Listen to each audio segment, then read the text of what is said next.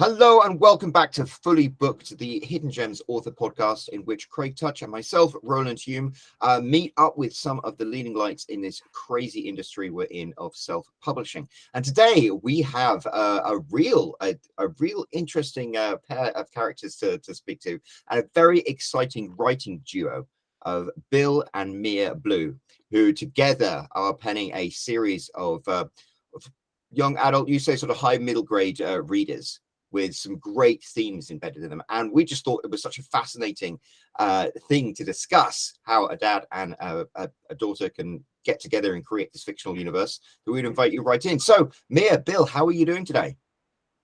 Doing all right. I got school off early, so I'm happy. She has a half a day on Wednesday, so it's a half a day for her, and I'm retired, so I'm always off. So my wife thinks. She says I don't do anything anymore, so. Well, that is very convenient for us. And of course, we have the man himself, Craig Touch, the owner and founder of Hidden Gems and an author himself. How are you doing today, Craig? I'm doing well. Thanks, Roland. Yeah, that's funny, Mia, because, if I was to bet, I think that your answer there would be word for word what my son would have said. His whole focus would have been, I got the day off school, so I don't care what I'm doing right now. As long as it's not. I care what I'm doing. This is important. No, but I mean, he'd be like, that's my important thing. I got my day off. But no, that's great. That's awesome. And, thanks for coming out. And, I personally would love if I could write a book with my son, but I don't think he's interested. So I'm curious how you got, well, he's 14. He reads like crazy. All of my Kindle Unlimited stuff is just terrible because I can't. There's nothing of mine on there. It's all books about dragons. They're the same age. Mia's 14 also. She turned 14 in January, so almost 14 and a half here. So. Well, then great, because that's going to be my first question. Then, how did you guys get started? So maybe I can figure out how I can rope my kid into doing a book too. Okay. When I was in 5th or 6th grade, I went to a really small elementary school, and we had a really small library. And at that point, 5th grade, I'd been there for 6 years. I was there since kindergarten. I'd read almost everything in their library that wasn't marked young adult or would have been too mature language-wise, or there was romance in it. I didn't like romance. I still don't like romance. And so we thought, what if we just take a stab at it and write something ourselves that I would like to read? People around me, my age, that have the same maturity level or the same reading level, at least, would be able to read. And then we just kind of. Yeah, so each morning I would drive her to school, and what are you reading now, Mia? And there'd be Rick Riordan or, those sorts of things. And at a time, she kept giving me the same answers. And I'm thinking, well, that's not interesting. Why aren't you reading something new? And she had read nearly the entire library that was appropriate for her. And she just kind of ran out of things to read at the level that she could read at. And so we kind of just, driving in the car, mutually agreed, well, why don't we try? Just create our own series, because that's kind of a weird personality quirk I have. If I don't have what I want, I'll go make something that I want. And so we had no idea what we were doing, didn't know where we were starting. We didn't start with short stories. We said, well, let's go ahead and just write a novel and see how that works. And off we went. Were you writing before that? Because I see you have books under your own name already, but I don't know, were those written before? Those books are nonfiction. We were talking before we came on here. So 100 years ago, when I was in college, I went to a Bible college, and I took this class on the very last book of the Bible that everybody's interested in, Revelation, how the world's going to end, all that sort of thing. And I did really well, and I taught that class quite a few times and put all my notes in really detailed form. So on a whim, I just took all those notes and threw them together, and I used Reedsy, R-E-E-D-S-Y. I used Reedsy. I just threw them in there, formatted the thing, and threw it up on Amazon, just on a whim. So there are some things that I just kind of put up there just for the fun of it, but our hearts in the fiction genre. So this was your first foray into fiction, was the two of you writing together? First and only so far, right? I was going to ask what the process of that is. Like, Mia, did you start writing, and Bill, did you? How does it work to come up with a book, the two of you? What's your work process like? Well, see, Roland, that's a great question. But what we really want people to say, is it a good book? What's your book about? Nine times out of 10, people say, well, how did you do that? Where did you start? And so if you look at the at the Amazon again, you'll see, Craig, that I have a book, The Making of the Giant Force. So we actually put that together in a little simple little book form. The actual step-by-step, how we used Google Sheets, or we shared Google Documents and all that sort of thing. But the you can jump in. The gist of it is I come up with a story idea or a theme, and we're talking like C.S. Lewis, like C.S. Lewis kind of themes, and Mia comes up with all the characters, and they're inspired by her friends, and they're not her friends, because when somebody tells a lie, I don't tell lies because that's not you. You're just the inspiration. And so we actually run into that sort of thing. So she creates all the characters, character profiles, and all that sort of thing, and I just plug them into the story. And so I'll write a story, and kind of the I don't know, the basics of the story. And when I get stuck, and I get stuck all the time, and she's great at unsticking me, because she's much more of an avid reader than I am. She reads in the genre. I'm just a dad. And so sometimes I don't quite get the dialogue right. And Dad, we don't say golly anymore. We don't say shucks anymore. And she'll correct all those things. So I create the story. She creates the character. I plug it in. We write. And then she'll read it and give me feedback. And in our first book, a lot of her friends were our beta readers. And I had this one friend that would write just thousands of comments. He always had something to say, adding and adding. Finally, we had to rescind his editing. Yeah, we took off editing because he kept changing things around. I couldn't get it back. But they all grew up. Now they're off to junior high. So frankly, our beta readers aren't as beta reading as they are anymore. But in the process, we built up a subscriber base. We have a newsletter, and so I can gather ARC readers out of there now. But not surprisingly, I took a survey of our newsletter subscriber base, and about 60% of them, 67% are my age. So for whatever reason, we get grandparents or parents. There are a lot of grandparents, because they want to read stuff that they know is going to be clean, that they can recommend to their grandchildren. And it's only by chance that I'm old enough to be her grandfather. I'm her father. I'm 67. She's 14, but she's my kid. And so we assure you, it's the subscriber base generally drifts toward whoever does the writing. That kind of happened that way. And so we have a lot of grandparents. I talk to them. They write back, and grandparents with kids her age that they want to recommend books to. I find that really, really interesting. Because my mother, who is in her 80s, sends books that I read as a kid to my son, who's 10, because those particular things are books, and there are like Roald Dahl in there. We ought to talk about like the theme and the inspiration that other writers and your things. You mentioned C.S. Lewis and Roald Dahl and stuff, and these are timeless writers who you are guaranteed are going to write stories that can have content appropriate to the age that you want, but at the same time have those really compelling stories and the really rich characters. Right. You said something about having a discussion about theme, and especially with Roald Dahl books, how the characters can relate to people reading them. Something that we do with our books is that we have discussion questions. Those are fun, and so we have them at the end of the pages, chapters. And I think that might also be what grandparents like, or parents at least, so they have something after they're done reading it with their kids. They can ask them questions about the book that are built into the book. So go ahead.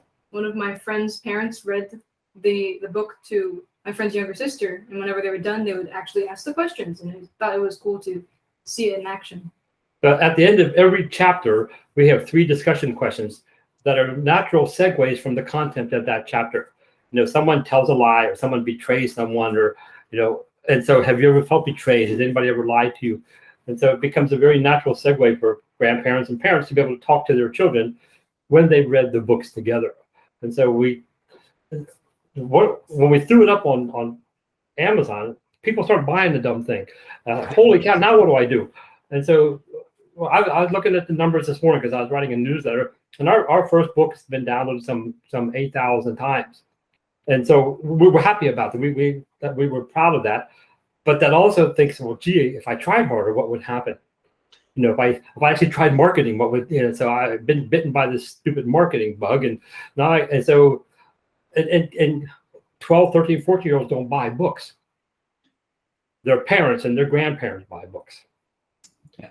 Well, you're in Kindle Unlimited, and so that's definitely one of the places where they can sort of get it themselves. That's what my son does. He just does it all himself. He downloads all the books from Kindle Unlimited, and that way he's sort of self-sufficient. I don't have to worry about, all of a sudden getting this big bill at the end of the day for 20 million books that he's done in that month. And well, you might be unusual because a lot of Mia's friends, they don't carry phones. The friend she was talking before doesn't have a phone, doesn't have an account. He can't even get into Kindle Unlimited.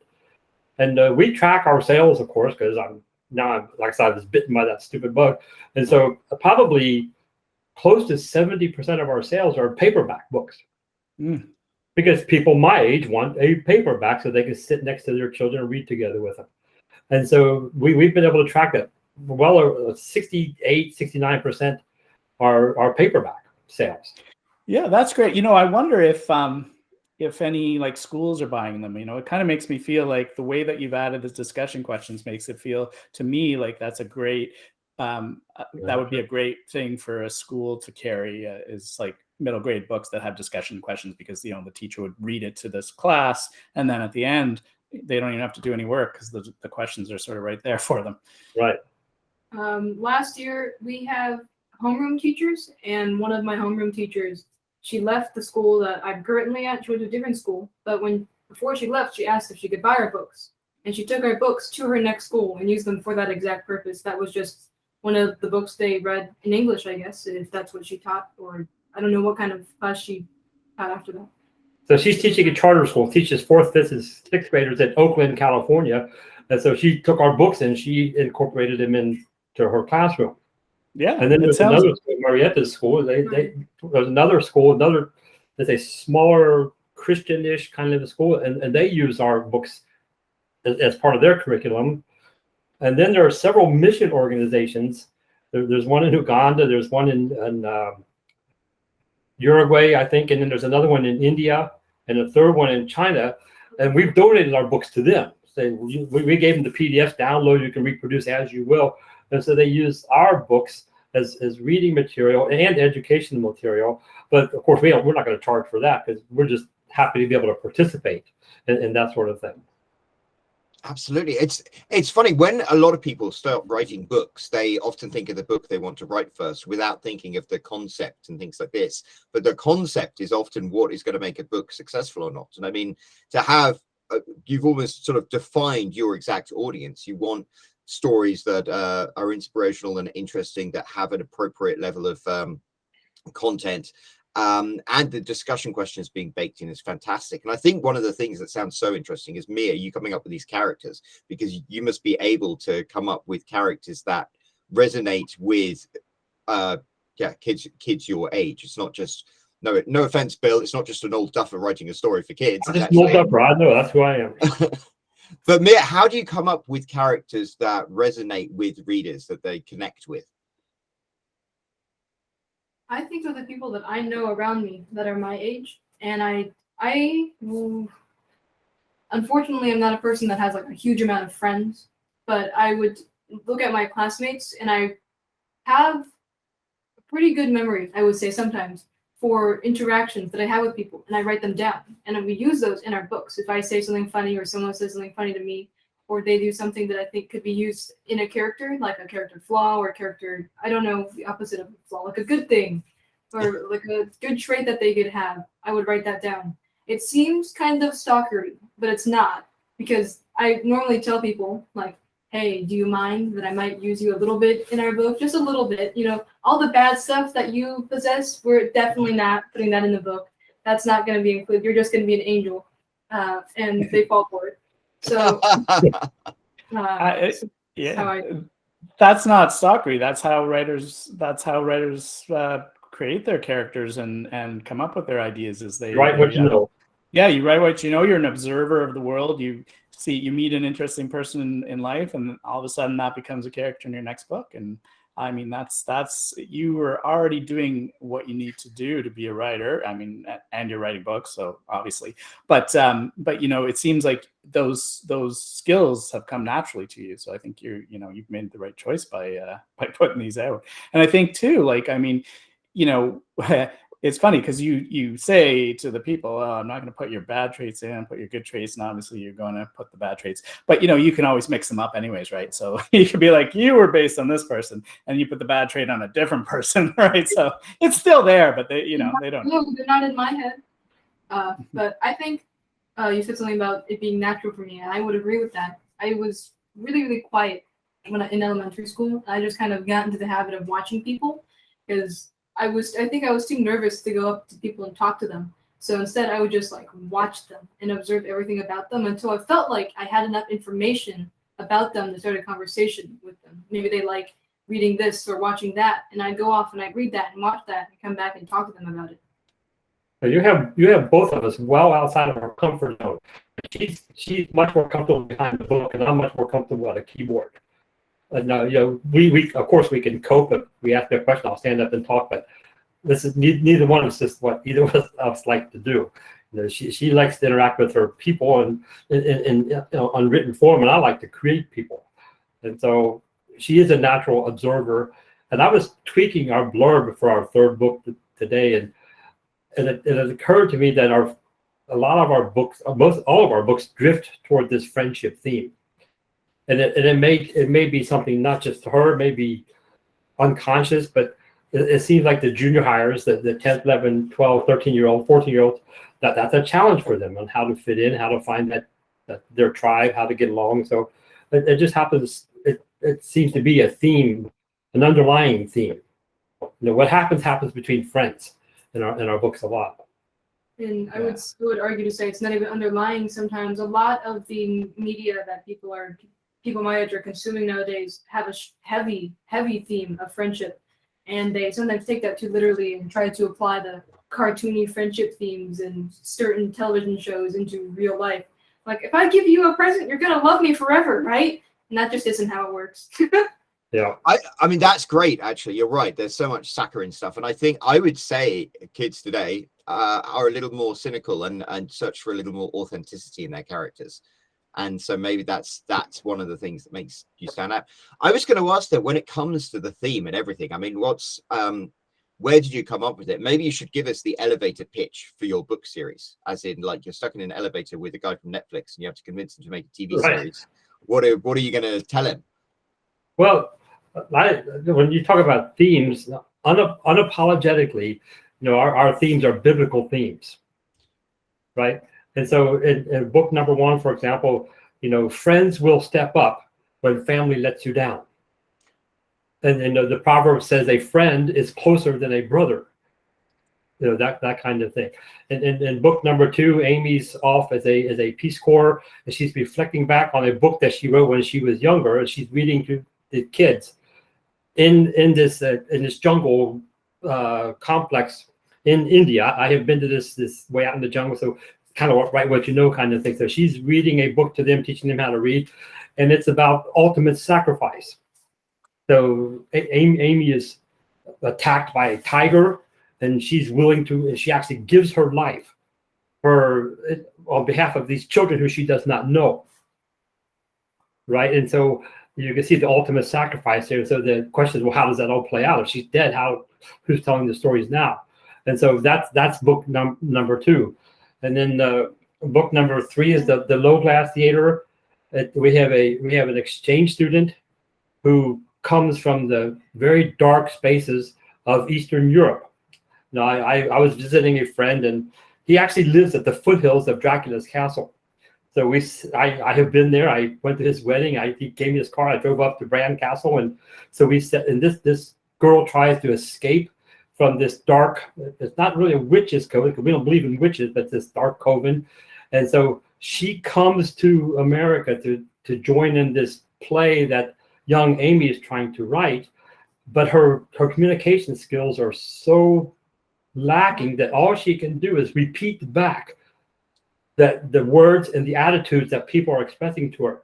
And so when people are mean to her, she just thinks that's what's natural, so she's mean back. And so we get this kind of a picture of a Holy Spirit kind of thing, where we begin to see in ourselves what people begin to see in us, what we show to them, kind of thing. So that again, that's not an elevator pitch. That's we're on like floor number 87 by now, but our themes are unapologetically biblical based, although they're not preachy, because we never use the word Bible. We might say it once or twice, but we're not preaching, because that doesn't work anyway. We just want to tell good, true. Our stories are all true to life. Mia loves magic. She loves fantasy. Who doesn't, right? I don't. Because I think it's cheating. If I could do a time warp, if I could start flying, if a dragon showed up, I don't think that's for us. We keep them true to life. Right. But we're just now beginning to explore the idea of a fantasy spin-off, right? Go ahead. A spin-off. We had an idea to make like the opposite of an Amy. All of her morals would be switched, and she's essentially the villain in a different story, and it explains what would happen between the school years, because each book is kind of like a new school year, and so it explains what would happen to her every summer, where she's going and what she's doing. Haven't really flushed it out, but it would just be in verse. And he started writing a fantasy when he was on his cruise about a flying coffee ship, where this old guy is in a flying coffee ship, which really just means flying cafe. The same thing. Yeah. And which essentially just means, look at me, I'm on a cruise ship, now I'm on a foo-foo. I'm going to brag about it and write about it now. And that's so we're exploring the idea of portal fiction. Right. And so he wanders into a coffee shop. He opens up his computer, because that's where he likes to write. But then as soon as he opens up the computer, he looks out the window and his coffee shop's flying. So how'd that happen? So it's a portal fiction idea. But as we know, all of us who have keyboards, as soon as you open up your keyboard, you can go to any world you want to. You can go anywhere you want. And so I'm trying to, we haven't fleshed it all out, but we're just playing with the idea of a portal fiction that's, all fantasy for that matter. Right. Yeah, I think it looks like you guys have planned out. So the book 3 is coming out, and they're on pre-order, right? So June, yes, and then there's one in August and one in January. So are these written, or you're just sort of in the planning stages? You've figured them out, come up with the theme and the idea of the story? And the ones that are being staged out, like you were saying, here's one coming out this month, next month. But those are still the non-magical ones. Those are Growing Up Amy. Those are the ones that we told you when we were talking before, that they were 600 and 700 pages and we split them. Those are the ones that are coming out. So those are written. They're written already. You just have written. Right. But we had a 700-page book, and my trusty little co-author says, I don't like this fat book. Because when you open it up, it breaks the back and it crinkles. Oh, yeah. And she doesn't like that. And I didn't know that. Who knew? Unlike maybe the stereotype of my age group in reading, I don't like reading things on my computer. It gives me a headache. I don't have good eyesight. I wear glasses. And so I think reading on paperback is easier. And thus, when he pulled it out, and it was thicker than like Deathly Hallows, the Harry Potter book. And I was like, how am I supposed to carry this? I like the school. So how am I supposed to lug this to school and show it to people, or like read it at all? So we took those 2 books and we split them in. Now they're going to be 4 books, and we retitled them. We found a nice place to break it where I can create a cliffhanger like thing. So I added another chapter or a something, or a preface to the new books as it ties them together. And so they're already written. We've got covers for 3 of them, and we're working on the 4th cover.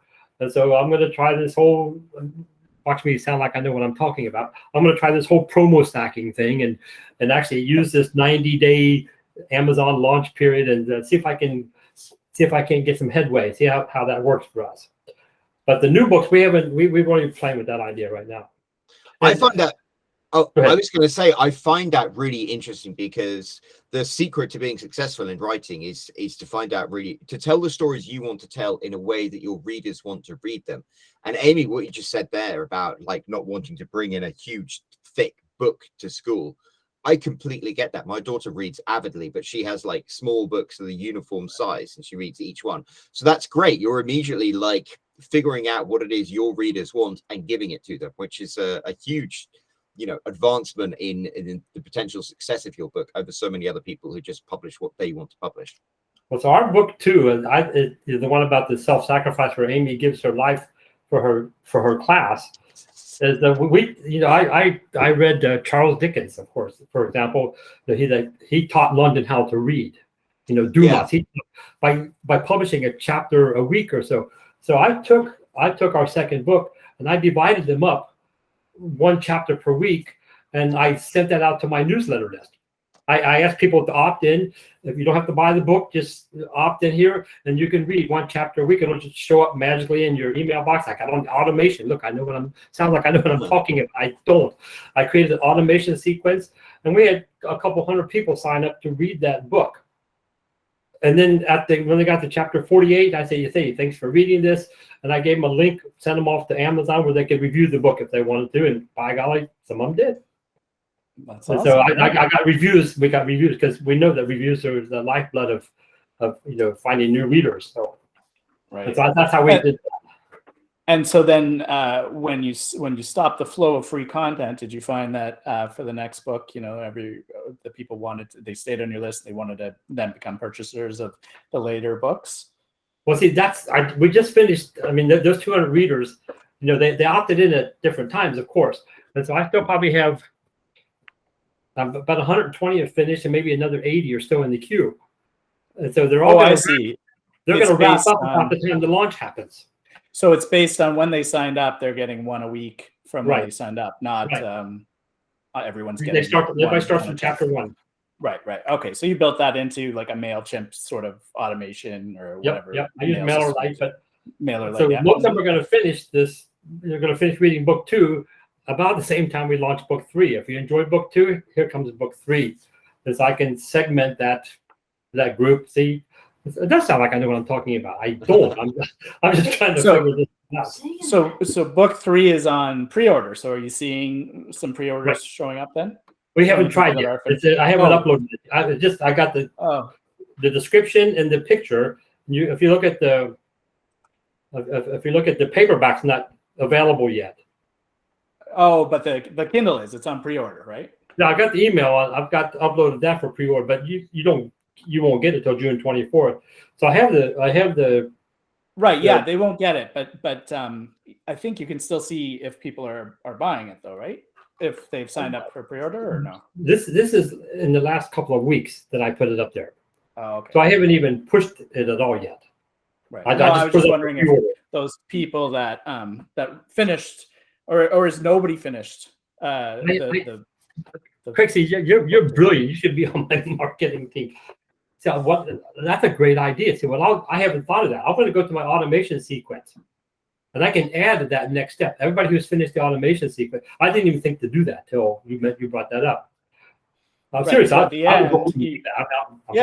end, you push them to, hey, here's book 3, here's a pre-order. And that's a great idea. I pushed them I guess the reason I didn't do it because when I created the automation sequence, I didn't have this book up for pre-order yet. Right. And then after the pre-order period done, I'll have to take it out of the automation sequence. Not really. I mean, it can then be a link to buy the book directly. Right. I'll go change it. If you like this, go buy book 3. That's a great idea. I didn't think of that. No, it is a great idea. I'm glad that's what we're here for. To help authors with their marketing and their writing and all that fun stuff, right? No, I'll add that to my step. Now that you finish this, go here and pre-order that. I'm going to do that this afternoon as soon as we get done here. How long has it taken you to write your book so far? When did you begin this? We started when she was 11, and now she's 14. And so I've written 4 books, so it's like approximately 1 a year. From 0 to there it is. It's about 9 months ish, and then we run out of steam, and then for 3 months we kind of stand around and look at each other, kind of a thing. Well, I understand that because you kind of like your brain's burnt out. Do Right. you find yourselves ever experiencing conflicts with Mia having one idea and then you having one idea, or they're not compatible? They're going in a direction you're not both on board with. That's a great question. And when that happens, because we know the answer is yes, who wins? Of course. I would say we have conflicts outside of that, but generally story or writing wise, we can come to like an agreement pretty quickly because I don't know much about writing. He knows a little bit more than me, so sometimes I'll let him get away with, maybe we should do this instead. But if I have something that I really strongly believe in, then he'll just say, okay, whatever, and he'll roll over, and it's just kind of whoever has the stronger opinion on the matter that we're sort of arguing about or conflicting, would just win. It's not that much of an argument. We're not yelling at each other. I think when it comes to substance, Mia is the authority. These words don't work. This people don't say that, but that does, I don't understand what you meant here. I will defer to her almost. I will defer to her. But when it comes to theme and what I think might appeal to a larger crowd, when you think marketing and target audience and all that kind of stuff, she'll lean toward what I think. And there's the whole, when he writes, he often writes very, very quickly. Like, he's a fast typer, and thus there are typos and grammar issues, and that's also my job. I'm kind of I just check whatever, and then we also send it off to an we have a professional editor that we send it as well. Professional. So editor. I forgot the word professional and the word editor all in the same sentence. But I'll give it like a quick edit. He sends it to me by email. I copy in like chapter by chapter. I'll copy the chapter into like a email it back to him, and I'll just change whatever I want to change in it. So he has his first draft, and then my second draft goes back to him in the same email. So earlier I mentioned we wrote the book. People go, how did you guys do that? Well, at the end of the book, The Making of the Giant Forest, there's a chapter on alternate ending, because we didn't quite come eye to eye on a very, it was nothing more than a simple line in the book. But in book number 1, all the kids get lost. And so at the end of the book, you have to figure out how did they get lost. Yeah, spoilers coming up. So I'm not going to spoil this. At the end of the book, you have to figure out how did they get lost. Well, did they go off and do something and get lost? Or was there somebody manipulating their surrounding in order for them to be lost? And so now we wander into this underlying Christian theme. Are we in control of our lives, or is somebody else controlling us? Is this a Calvinistic Presbyterian kind of a thing, or is this a Arminian, we got free will kind of a thing? And so I wrote the one that we like. I won't tell you which one we agreed on, but in the Making of the Giant Forest, there's an alternate ending. And then I wrote why it makes a difference. And so that opens it up for another discussion. Who's in control of your life kind of a thing. And these are very interesting theological discussions. I mean, I went to a theological university, so these are the discussions we had. And I find it very interesting that you have books that aren't overtly Christian, yet have Christian themes, yet at the same time explore how people can be Christian, yet have conflicting views over the same themes. And these are things that kids want to talk about, but parents don't quite realize. And so we tried to create a story that leads into that discussion.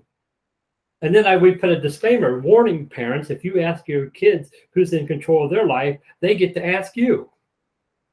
And the best answers are the ones that parents are willing to share with their kids. And of course, me and I get to discuss all these things. And that's fun for me. It is. And we get to hang out and talk about really important things in life. She and I do stuff together. We have like a little part-time job kind of thing going on. And so our books, our commute when we're driving, I got a pickup truck we pick up, are filled up with these kinds of discussions. We went and saw Doctor Strange, the multiverse, blah, blah, blah. And so we love watching stories and just cutting them to pieces and analyzing them. Did you see that arc? Did you see how that foreshadowing worked? This is fun. It's really, really fun for Dad to get to hang out and talk about these kind of things with me. I wouldn't trade that for nothing. No, go ahead, Mia. Sorry, he brought up something where he said that I initially brought up how our books can lead into conversations. I think that there might be even like an oversaturation of of books that want parents to talk to their children about things that the world deems to be important. Like, how should I grow up, and what should I be doing, and should I be doing this? Is it appropriate for me to be doing that? But what I like about our books is that they're digging deeper into things that are not just surface level worries about, I don't know, like beauty or whatever kids are worrying about. When should I use mascara? When should I use lipstick? I don't know. There's like a lot of those books. I'm not like trying to hate on those, the kind of genre of books where it's like your body for you, growing up, yay, kind of a thing. I just like that our books aren't like that, but don't deal with very surface. That's what I was going to say. Yeah, we finish each other's sentences sometimes. Sometimes he just interrupts me and calls it finishing my sentence, but I think the wonderful thing about self-publishing as a phenomenon is, instead of it being, 10 authors each sell 1 million copies of their books because they're supported by the publishing companies, now it's more like 1,000 authors each sell 1,000 copies of their books, because people finally have books created by people who speak directly to them. And you're not appealing to a broad audience, you're appealing much more strongly to a narrow audience. So I think that's one of the beauties of like self-publishing as a thing, and it seems like you've really rolled with that. Well, that's a very insightful comment, and the absolute truth of the matter is, I didn't care if anybody ever read the book. I was just having fun hanging out with Mia, and I don't mind saying that in front of her. That's all. We get to hang out. We get to figure out what this looks like. Off we go. And like I said, then when we put them up on Amazon and people started downloading the dumb thing, then that's when I got bitten by maybe if I tried harder, maybe if I thought more stuff, whatever. But the end game here, if I may, is Mia's she goes off to college in 4 years. I hope that I can learn every lesson that needs to be learned about putting a book together, self-publishing, getting it up on Amazon, getting it formatted, getting the titles, getting the marketing, getting the covers. I want to learn all of the lessons I possibly can, and then hand it to her when she goes off to college. So we have like a 7-year plan. We're 3 years into our 7-year plan. We got 4 more years to go, and then off she goes to college. And if I can crack this marketing nut, that we don't have to worry about paying for college, but I can crack this marketing nut, it can be good mad money for her. Or she can take that and build, it'll be a platform that she can go off and stand somewhere else and go do as she pleases. Or she can abandon the whole project, and I wonder what I've been doing for 7 years. So there's an expression that people like to use that I want to put the world into your hands. And if this succeeds, he is essentially putting a world into my hands that I can go and run with. Or not. I can just waste his time. Well, you're not. I like to emphasize, there's no pressure. I'm not insisting. She's not going to live my life. I'm not going to live vicariously through her. But I'm going to learn everything I can, hand it to her, and then she can absolutely do as she pleases. And then she knows that. You're not exaggerating the significance of that, though, because like Craig and I work with a ton of self-published authors, many of whom are very successful, some of whom are prolifically successful, prodigiously successful. And then it involves a lot of like discipline and self-awareness and hard work to make a career out of that. But it is extremely possible. And you're equipping Mia with this at the age of 18. And Mia, you seem like a very driven, focused individual. I mean, when you go to college, you're going to start publishing books on your own things. Do you have plans beyond this with all of the information and experience and background that you guys have built together? Well, I don't think she knows where she's going to go off into the future yet. But you're gonna have to forgive me, because I'm an old man. I cry real easy, and I get all emotional and stuff. But if I have my way, when it's time for her to go to college, I'm disabled vet, so we don't have to worry about tuition. We live in California. California will pay all of her tuition. Good for that, as long as she goes to a UC public school. And so that's good. But if I have my way, and I'm going to work tirelessly, that she will not have to pick what school she wants to go to. The schools will line up and say, I want her. Because she has that platform. She has those readers. We're not going to be looking for schools. They're going to come looking for her. That's what I want to get out of this, if I have my way. Sorry about that. I don't mean to get all wound up. But. No, listen, you're doing the right thing. You're doing all the right things here. And it's not the same thing as, somebody who builds up a big company that their kid is really not even part of, right? With the idea that they'll leave their legacy to their child. You're not like a Walton where you're like, I don't care whether my kid wants to run a bunch of stores or not. This is what they get, and they'll always be known as that. She's involved, right? She's part of this. If she wasn't interested in it, then she wouldn't be part of it, and you wouldn't be doing it in the first place. So you already know that you're the likelihood is she'll probably want to continue it. But Obviously, the choice is hers. She's got free will, right? But she exactly. I'm working your themes in here, but no, she. I mean, and then what you've done is you've built that base, and that base is so important, right? We've talked to authors all the time about this too, right? It's much harder at the beginning than it is later, right? And it's like, and it's true for everything. People always say the first million is the hardest, right? Well, I'm waiting to get there, but you build your base by you have 4 books, 5 books, 6 books. Well, that 6 books, book 6 is way easier than book 1 was to sell and to get you already got a lot of your audience, right? And they keep building, and the more people have it, the more they tell their friends and their family about it. So by the time she goes to college, you have this whole set of books. If she decides to do something with it, she's standing on the platform that you guys have built together. And she's way ahead of where she would be if she started it then, and it's awesome. And it's not just something you handed to her that she wasn't interested in. This is already, it. Well, we know that a backlog is important. For whatever you do off to the future, to have that backlog is important. We've already done a quite a significant rewrite on book 1, because that was our first one. I had to know what we were doing. So while I'm preparing to launch book 3, I did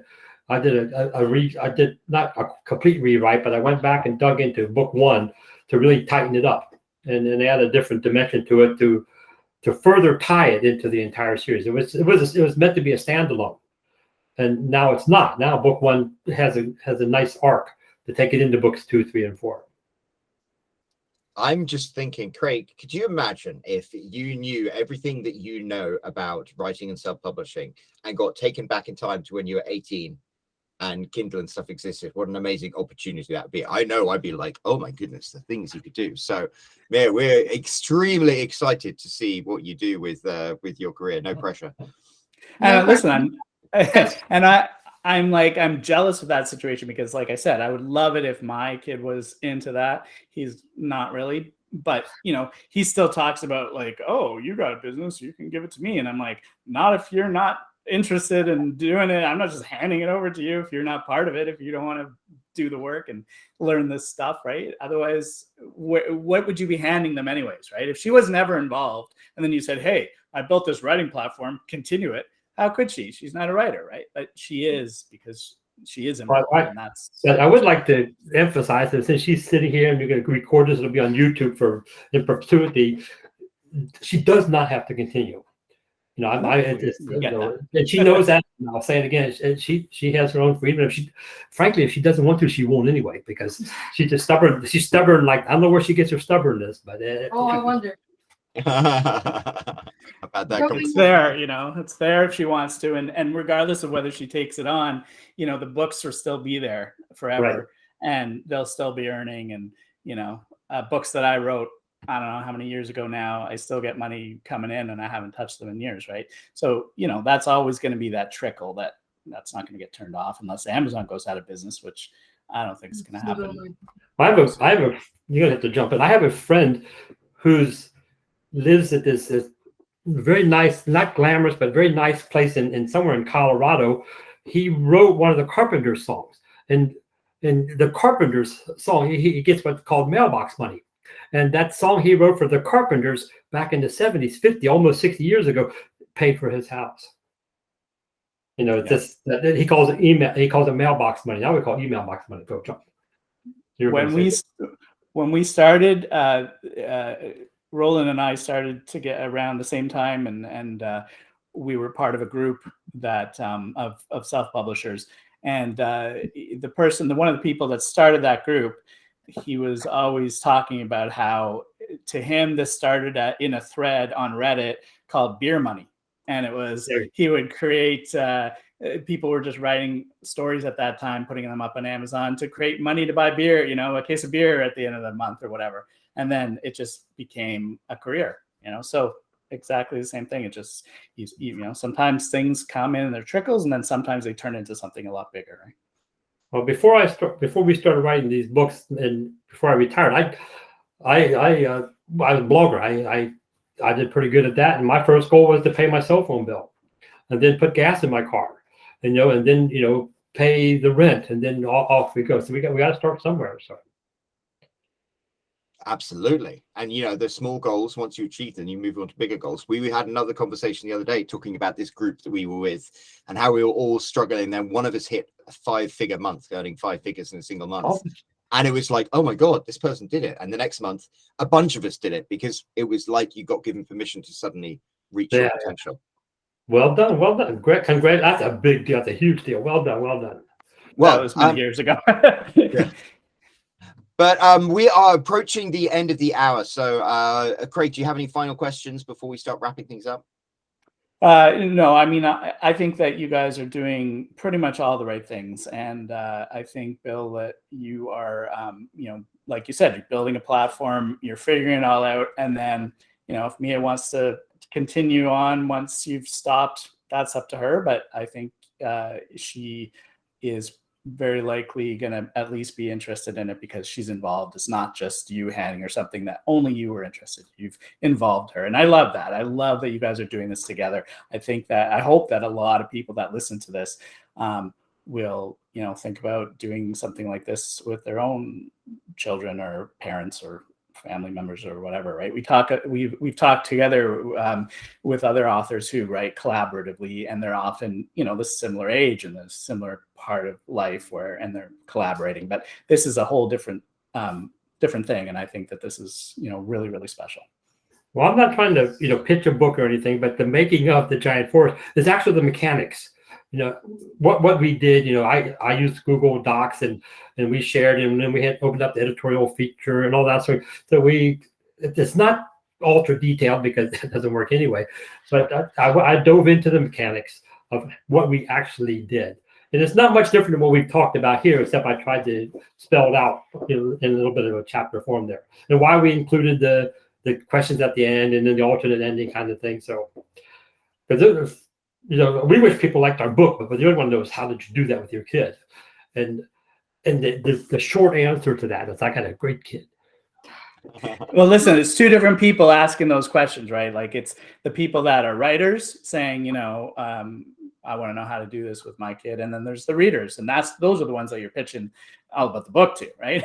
But the authors, they're the ones that are like, how do I do this too, right? Because we all want to have that connection. I'm so glad you guys came on to share it with us. Would like to add that I appreciate my father's ambition with what he wants to hand me, but I also have my own ambition to write by myself. I have a few story ideas. I have documents. I have characters. I have what I want to do. I just don't have the time to do it currently because I'm still in school. School takes up a lot of my time. And I'd also like to add that it already affects me right now, being given the knowledge and what experience in book writing. I can help my friends. I have one friend that's really interested in writing, and his mom's also a writer. And so I get to help him where I can, and he gets to, I don't know what he gets to help me with, but he's doing something. So. Well, that's leadership. You're developing leadership doing this as well. Well, at her school, they break off into groups. Somebody has to do the PowerPoint. Somebody has to take the pictures. Well, Mia, she can do the writing. She's the default go-to to get things written up in whatever form. The church we go to, they have this Oscars presentation. She'll write. We'll let Mia write it, and then we'll put it on for you. She's the go-to person in these situations for the writer. But like you were saying, well, a lot of her friends look up to her. No. About the writing. I don't like to publicly be like, oh, look at me, I wrote a bunch of books, la ha ha ha. But I think people kind of just figure it out somehow that I've written something, or that at least that they know that I enjoy writing, because my school projects are absurdly long and absurdly wordy and are twice as long as they should be, and I sometimes get in trouble for that. But I think it's just because I genuinely enjoy writing, and it shows. And I don't like to. That's okay. I think people gravitate towards that. Right. Well, thank you guys for letting us. Thanks for inviting us. We know we love telling our story as much as we can, but thank you so much for having us. Well, that is our pleasure, and we are obviously going to throw links down below into the description of this. But before we go, where can people find out about Growing Up Amy, the series? Amazon. Well, Amazon. All our books are on Amazon. Bill and Mia. I'm very careful to put both our names in the title because Amazon didn't get that right in the beginning, because I didn't know how to add that. They said Bill Belew. No, that's not right. But we have a website, growingupamy.com, and it's not too. It's there. It's pretty well done. I had a blog that I wrote in her name way back when she was 4 years old. I created a blog, called it miamay.com, M-I-A, Mia, M-E-I is her middle name, miamay.com. And she gets a couple thousand visitors to her blog there because, well, for whatever reason. So I created that blog. So when she goes off to college, she will have already been online for 15 years. There's nobody in her classroom who will be able to touch that.